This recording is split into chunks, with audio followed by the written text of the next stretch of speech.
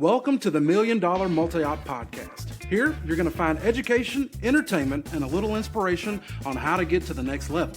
Are you a DJ company owner that's looking for the secret sauce? Congrats, you found it. What's up, everyone, and welcome to the Million Dollar Multi-Op Podcast. I'm your host, David Osborne, with, as always, blueprintlearn.com.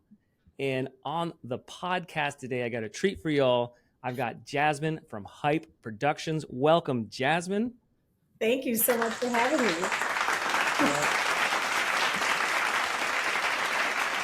I got to wait for the studio audience. Don't want to disrespect the studio audience. We were talking in the pre-call about how much is going on in real life outside of the recording of this podcast right now. So I really appreciate you carving out some time to hang out and chat a little bit, chat about business, chat about the industry, and hopefully get some value to our listeners. Sure. Happy to be a part of it. Yeah. So anyone who has ever come in contact with you or your company often has like the same things to say, that you're just like a force.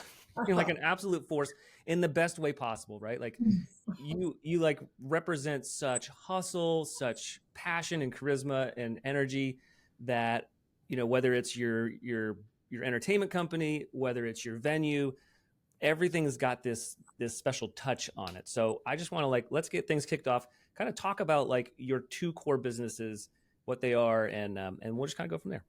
Absolutely. So Hype Productions is my entertainment production company. It stands for How You Prefer Entertainment. And the name pretty much says it all. That's what we're known for, personalizing every aspect, I call events chapters. There's different chapters within events, and we want to personalize every chapter of the event, whether it's on the performance side, the tech side, or the creative side, whichever part we are involved in, which is usually all aspects, but we do teeter in some different aspects. We want it to be personalized and help our clients, whether it's corporate, social, whatever it may be, figure out what their personal stamp is. And then 9 years ago, I opened up my own venue. It's called Loft 21. And it is a very cool venue because it came from the brain of an entertainer. Yeah. And I wanted to have a cool playground for entertainers and clients and decor companies to come in and have a blank canvas and really take their events to a personalized level. So on the entertainment side, we can only do so much in each venue we go to, but I created Loft 21 to truly be like a creative dream for people. Oh, that's the dream. That is the dream, where all the restrictions that you typically have at venues, right? Boom, off. You can just roll and do your thing. Do you have some stats or even just some estimated stats on how much you're doing at Loft 21 versus other venues? Well, we are, to my knowledge, and I did a lot of homework before I decided to dive into the venue side. There's no venue like Loft. We have trapdoors in the ceilings where aerialists come down and serve shots on the dance floor and desserts. All the lights, sound, AV, giant screens are included. There's a huge brick wall, outdoor space. We're surrounded by a nature preserve. So there's really no venue like ours. But if you're looking for that hotel ballroom feel or that country club feel, don't even come our way. We are a different animal. Yeah. Now you can transform our space into that. We actually just did a bat mitzvah a month ago where they made it look like a fancy Miami hotel. So yeah, I mean, the things people have done to transform the space, it's my favorite part. Even if Hype's not there as the entertainment, I don't care. I love seeing the creative side of clients and their teams that they hire, their vendors, to come in and transform the space. So I can't really say that who our competition would be or how many events versus somebody else, because we are really that oddball venue that turns into something magical. Well, two things on that. First, it sounds like if Cirque du Soleil had a private event company. Absolutely. That's exactly where it's at. Right. And two, I think when you're in your own lane, when you're in your own category, you don't have competition. Right. I know people who have EDM only multi-ops, and I think in their local city, well, there's not a huge market, but people will fly them out all over the nation and internationally just to work with these guys, even though lots of us can play the same music because they are such specialists online, but like to be your own niche is like is wow, because you get so much more attention, even though it can be scary to like be different. Yeah, and it was scary. A lot of people thought I was absolutely bananas. And as you said in the beginning, I'm just by nature, if I believe in something, I really believe in it, and there's no stopping. Like, I trust myself, I trust our team, I trust my husband and his support. I trust, and I'm not afraid to work hard to make sure that we succeed. So that conviction, that is one of the things that I've always admired about you. And sometimes I'll call it like consistent competitiveness, because that's where I see it. But that's when I see you doing it in action, in activity. Right. But the conviction, I think so many people, not just in our industry, but in the world, struggle to have that kind of conviction to say, you know what, survey says do this, but Jazmine, my brain tells me this, I'm doing this. Like, you're doing what you feel is right. Where does that come from for you? I think it's from how I was raised. I came from a very close family unit. My mom, my dad, I have two older brothers, all athletes, all very competitive. And I was raised that if you're going to do something, you're doing it not 100, not 110, you're doing it 1,000%. And if you're not good at it first, we don't just toss it aside. You work to get good at it. You work to get great at it. You work to be the best at it. And if you really want something, who's going to tell you no if you have that type of work ethic and that type of drive and you're not afraid to put in the work? I mean, you're not going to be the best at everything, but you certainly can train and build yourself to be the best. But who has that type of stamina? So I think being raised with parents and two older brothers, that it was just our livelihood. My parents were in musical theater, so I've seen the grit of building stage designs, and my mom was a dance choreographer, my dad a vocal instructor. So I saw production on that level, but then I also saw it in sports. And then even just in our family unit, when we're all playing sports, there has to be some type of consistency in our day-to-day life. Who's eating breakfast? Who's eating dinner? Who's going where? Are the uniforms washed? I know it seems very simple, but those things growing up in that lifestyle, it really helped mold me who I am today. And there's one specific moment, I say the story all the time, but it's one of those moments that changed my life. I was playing softball, championship game. I'm the runner on third base. And my coach told me, Gonzalez, I don't care if that catcher is waiting for you at home plate with the ball. You must score on the next pitch. And I did. And she was waiting for me with the ball. And she went down to tag me, and I jumped over her and scored.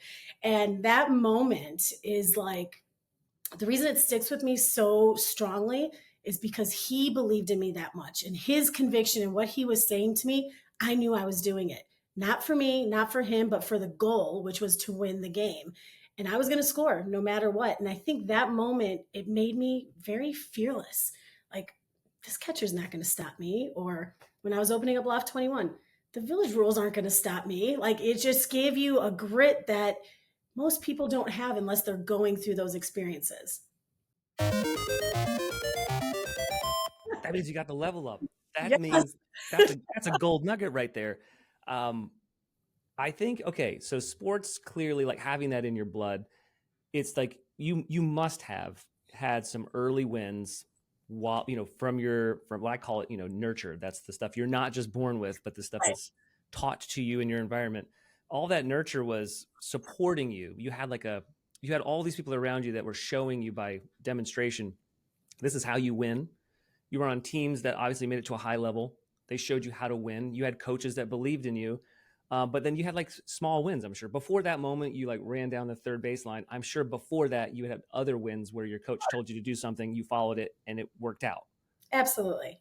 Yeah. So like having a mentor, having someone that can coach you and believe in you is huge. And then I would say like confidence comes from evidence.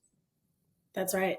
So you have evidence multiple times through your life. You draw from that story, and that parallels to Loft 21. A lot of people don't have that, but it's all, the steps you take next, right? Like the small wins, the little things, the things in your kitchen, the things in your backyard, the things you do with your family, those can build the confidence that help you open a venue someday. And the first step is to have the confidence to let yourself dream it. Let yourself dream it and see it in your mind before you start taking the steps and putting the work in for it to come to fruition. I think a lot of times people are afraid to dream.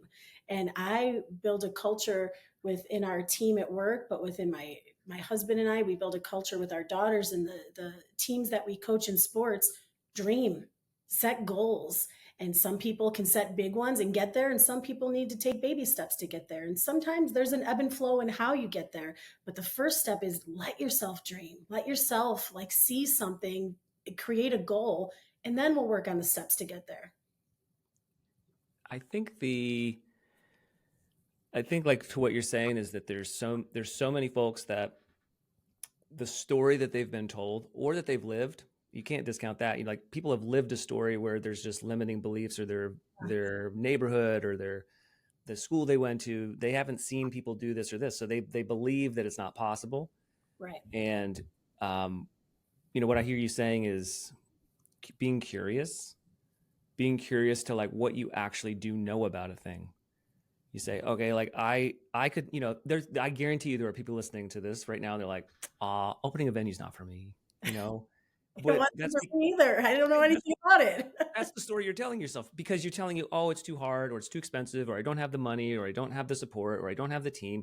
There's all these like things you're telling yourself, but you get to choose how you hold that belief. You can be like, I'm just going to believe something else. I'm going to believe that I can. I'm just going to hold on to it.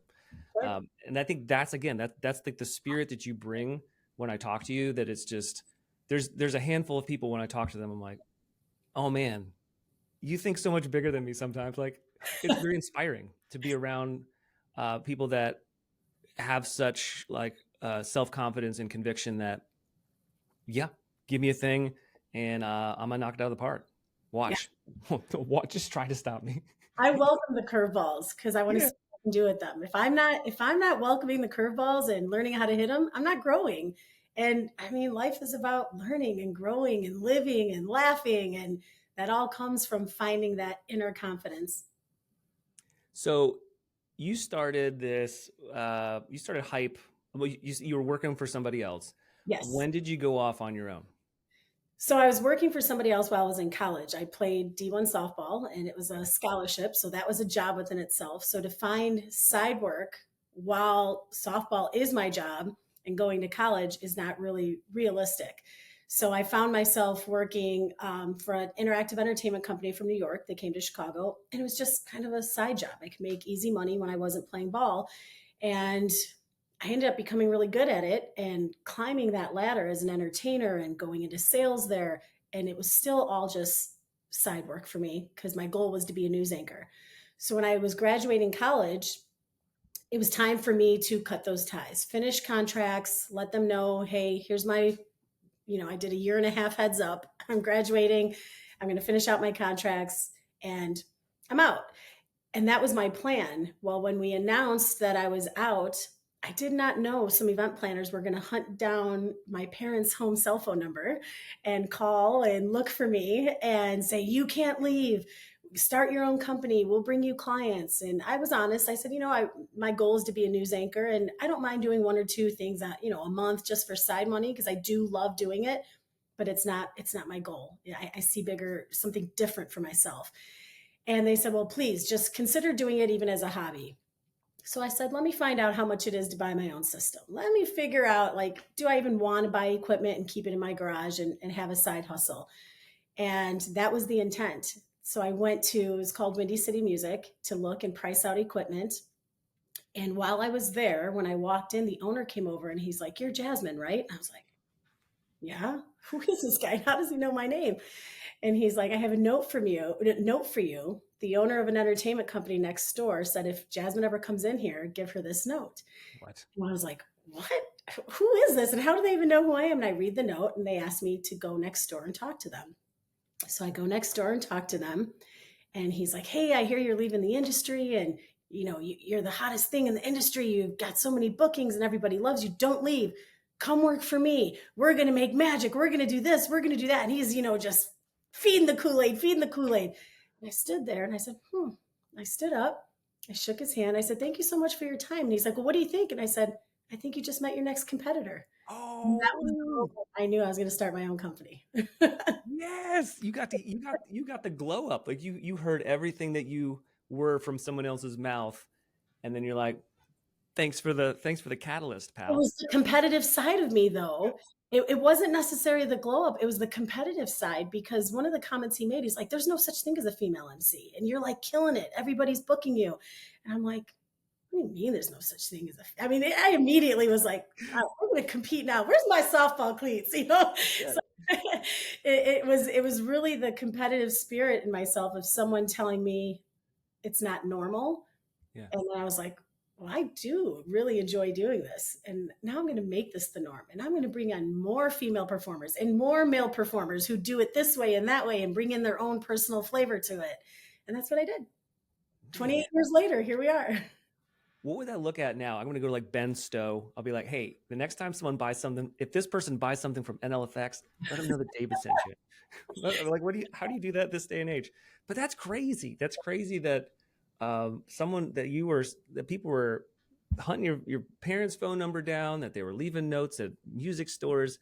Well, I'm glad that you did decide to do it.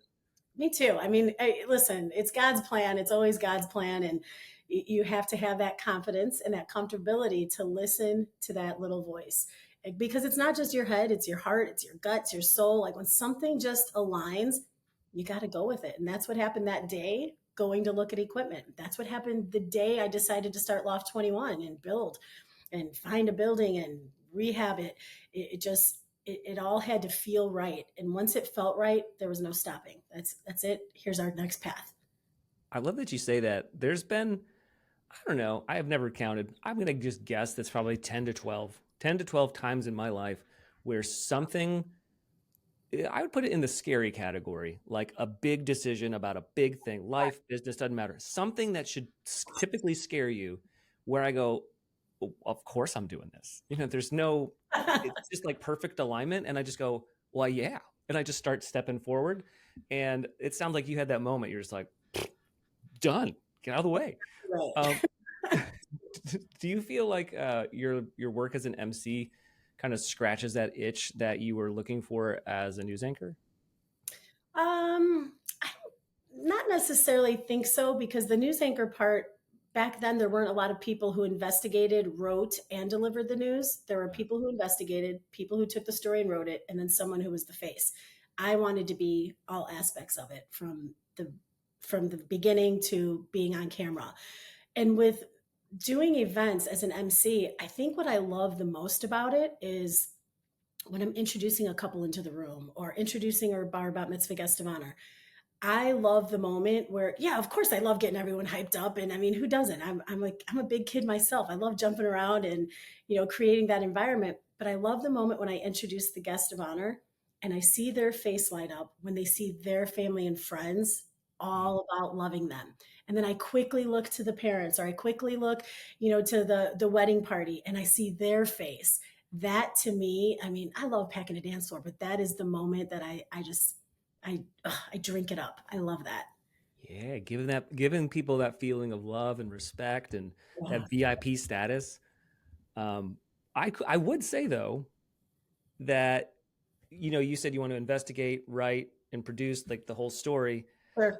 with Loft 21 and Hype. I bet there's times where you're doing Yeah. the whole thing, right? You're taking someone in and one you're like, oh, we do this on the other side, we do, and before you know it, you've got the entire show in your house, and you kind of are doing the whole thing. So it's like being able to put your own, I see it as like if you're going to investigate, you're going to write and produce. It's like you want the authenticity of the vision that you have when you investigated that story, or like whatever was in your mind at the time of what drew you to it. You want that to shine, and you don't want anyone to diminish it. You don't want anyone to like edit it or take stuff out that was important to you. But you can do that now with Loft. She's like, well, here's how we want to throw events.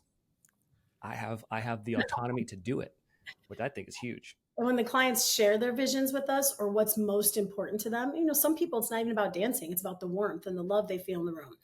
And when I can help them create that, and then when I'm the entertainer at their event, it's money. That's like the cherry on top. You created it, you helped them build it, and now you get to watch them live in that moment that they were the heart and soul of creating. I'm just kind of the bus driver to get them there. Yeah, you get like front seat, absolute front seat. I've done a few officiating. I'm not even how I'm going to say that sentence. I've officiated a few weddings, and I feel like that to me is like a new frontier where getting to, again, like you're saying, I get to stand up with a couple and be that close to the magic. I'm like, that's awesome. I've been watching, Mike Walter on Facebook for years doing it, and other Right. people do it. And I'm like, I don't know, but doing it, it's incredible. So like, yeah, to not just be the entertainer, but to be kind of woven into the whole fabric of the day is a pretty cool experience. Yeah, and you become a part of not just their day, but their memories. And you want when they think back on that day, like, oh wow, we had so much fun. And I love when they say hype or Jazmine or somebody helped us create this. And they see you out in a street or at a festival or something, and they remember you. And I think that that resonates with me because I remember so many people who made me feel great moments in my life. Yeah, kind of funnel that through and put it under the magnifying glass and let it just Sure. expand. Sure. Okay, so you have this like passion and energy, and at some point you have to go from just you with this great vision and this energy and this passion and doing all these events with the stuff in your garage to the size and the scope of the company that you have now. Right. How did what were some of those first steps where you're like, okay, either I need to grow it or I want to grow it? How did you kind of go from just you to a team? So when I decided it was going to be a team and more of a multi-op was probably within the first 90 days. And the reason that hit was because when I saw how quickly I could financially take care of myself and have health benefits and started learning what a 401k plan was and started realizing that, wow, I can create this security for other people who love to be entertainers but don't want to be weekend warriors. They want this to be their passion, to be their career. So very quickly, I thought about baby steps and let me perfect year one and let me be the guinea pig, knowing that my goal was to ultimately add one new person per year. And as long as I could perfect each year and make sure they and their future families were financially taken care of, we're going to keep going. Because now it's not just me, it's like a snowball.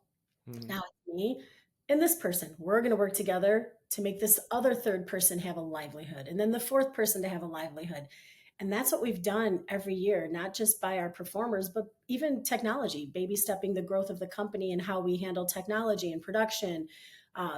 We are a very performer based company that dabbles in production. And every year our production is getting bigger and bigger. But what's the most fulfilling thing of being an entrepreneur for me is watching our team. I mean, I've got people who've been with me over 20 years and they're now getting married and having kids and they just believe in that culture and that support system that this isn't just a side hustle for them. This is their livelihood. And we truly can be big, you know, big kids at these events and entertain and jump and love music and love giving people memories. And we can really make it a career and take care of our families as well. So that was really the goal early on, to be a multi-op, but to really baby step my way through to make sure I'm not feeding false promise to somebody, because I was new to all this. I didn't, I went to school to be a news anchor. I didn't learn about accounting and the legal stuff. I had to go to some free SBA classes to learn that stuff. But yeah, that was the goal with Hype, was to create a platform for people to make being an entertainer a career with the health benefits and the 401k plan, and not just, oh, you're a DJ, oh, you're an entertainer. So I wanted it to have a level of respect that I don't think many companies deliver. If I had $1 for every time someone finds out, they're like, "Oh, you're a DJ. You're a professional DJ. What else do you do?" I'm like, "Well, Yeah, that's it." Like, they're like, because they're in their mind, they're just thinking bar DJ. That's all they do. And I'm like, "Oh, you have so much to find out about." right. Uh, okay, so I feel pretty confident in my ability to recruit and hire and train. So I know that there's a lot of things you got to get right to get the right people on the bus. You mentioned you're the bus driver. To get the right people on the bus, how are you making sure that you're getting the right fit? one person, just talking in the early days, really, that one person per year, making sure you got that good culture fit, someone who's going to carry your brand forward, that you can scale in a way that continues to give themselves and then the next person the That's right. benefits and all the things you're looking for. So first thing, Bus Driver, Good to Great, unbelievable book. I already felt I was a very successful human and entrepreneur. Once I read that book, it was like, oh man, I thought I'd been doing well. I've been doing it wrong. I've got to do this now. Like it was an eye opener. So when I say Bus Driver, it's because all the wins and losses are on my shoulders at the end of the day, but we are a team. So me putting the right people in the right seat in the bus is crucial. And to me, it all comes down to culture. It all comes down to trust. Loyalty is a lifestyle for me. So when I'm looking for who will be the next person on our team, I don't care how well you DJ and mix or how awesome you sound on a microphone or how many backflips and times you can spin on your head. I want to know, who are you? Because if you're a good human, we can teach you everything else. And it might take you a little bit longer if you're not natural at it, but I can't teach you to be a good human. Who are you innately? And one of the first questions I ask is, have you ever played team sports? It's not that I wouldn't hire you if you didn't play team sports, but if you have, I know we already speak the same language. You know that what you do affects everybody else, whether it's good, bad, mediocre. You know it affects everybody and what that outcome is going to be. So most of our teammates with Hype and Loft 21, they've all played team sports at some point. A lot of us have played together. I met like some of my longest performers who've been with me the longest, playing co-ed volleyball, playing co-ed softball. One of my most successful MCs couldn't even do the electric slide when he came to Hype and could not get the rhythm to count and clap at the same time and the cadence of when to say what on the microphone in the musical breaks. And he was a great athlete and he was a good guy. And I was like, I can teach this guy. And he's been with me for 24 years now. So. Oh man, I believe in that. Like you said, not 110%. I believe in that 1,000%. Yes. It's the human. You hire people, great human beings. We can teach you the rest. I'd like you to teach me how to spin on my head, please. That'd be amazing. I've never accomplished that goal, but I would love that. I would love to learn how to break dance. I don't know if it's in the cards for me in my lifetime, but I'm holding out hope. Maybe someday if I move to Chicago, right. You can teach me how to break dance. Okay. It wouldn't be me, but I've got the right people who could teach you. On my goal list. I'm like the break dancer from Australia. The one on the Olympics. That's me. I'm like what are you know, I love her. She was fearless. She went out there and did her thing. The world was hating on her, and I was loving her. Oh yeah, that's. And more power to Australia. Keep your spiders though. But no, team sports is a great mechanism because you know that you have to be team first. You have to you have to modify your behaviors, your own desires, the things that make you, the ego. You have to be a strong egoed individual underneath this line. Otherwise, it doesn't serve the team. And I know you coach softball and you are teaching these things to the next generation. That's right.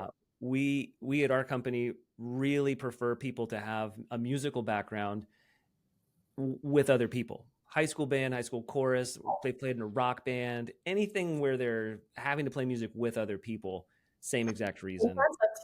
Yeah, lower heart rate. But on the athlete side, you got a little bit more of that grit, like you got to win. You're salivating at the mouth for the win. It's interesting, the teams that my husband and I coach, we have a motto and it's something we live our life by and we teach it, whether it's in our businesses or with the young girls that we coach. We say this team is built on hustle and every play is the game-winning play. And it's the truth in life. You have to hustle. No one's going to hand you anything. And everything you do affects you and others in a positive or negative way. And only you can control it. So if you don't like something, don't be a complainer, be a fixer. And that's why we started our own softball organization. When our oldest daughter was getting to a point where she was getting out of rec ball and her abilities were really soaring, we spent a whole year researching travel softball teams. And even though I played D1 softball, I always had it in the back of my mind I'd coach. Had no idea I'd start my own organization in the middle of having Hype and Loft 21. but I couldn't find the right fit. And so instead of being a complainer, I did it myself. Uh, that sounds like the story of my life. There's so many things that I want to just be part of. Right. Like I would just love to participate in this thing, but it doesn't exist. I find myself having to create things. So I feel like you and I have that in common. Can you say that motto again? Sure. This team is built on hustle, and every play is the game-winning play. I love every play is the game-winning play. There's that's money. I think, you know what? I don't even want to go down any more rabbit holes on that, because I think that's a killer way to end this podcast. Okay. Every play is the game-winning play. That is awesome. I've heard people say stuff like, every event's the Super Bowl, but this gets it even more specific to like every action, taking actions that make a difference, that have impact. MC, the DJ, the dancers, the planner, the photographer, everybody's play has to be in sync to give the families who hire us what they're looking for. Yeah, that's amazing. Listen, I feel like we could probably talk for hours, but I always try and keep these podcast episodes nice and consumable. So Jazmine, tell everyone how they can find you online. Jazmine at hypeproductionsinc.com, Jazmine at loft21events.com. You want my cell phone number? Well, I want your parents' cell phone number. I'm everywhere. I'm here to, help and guide anybody into what their definition of success is. I think that's what's best, is when you can take your experiences and help others avoid pitfalls and just grow and live great lives as humans. Oh, I love your energy. Love your message. Thank you again for being on today. All listeners, free resources at blueprintlearn.com/resources, and we'll see you on the next one.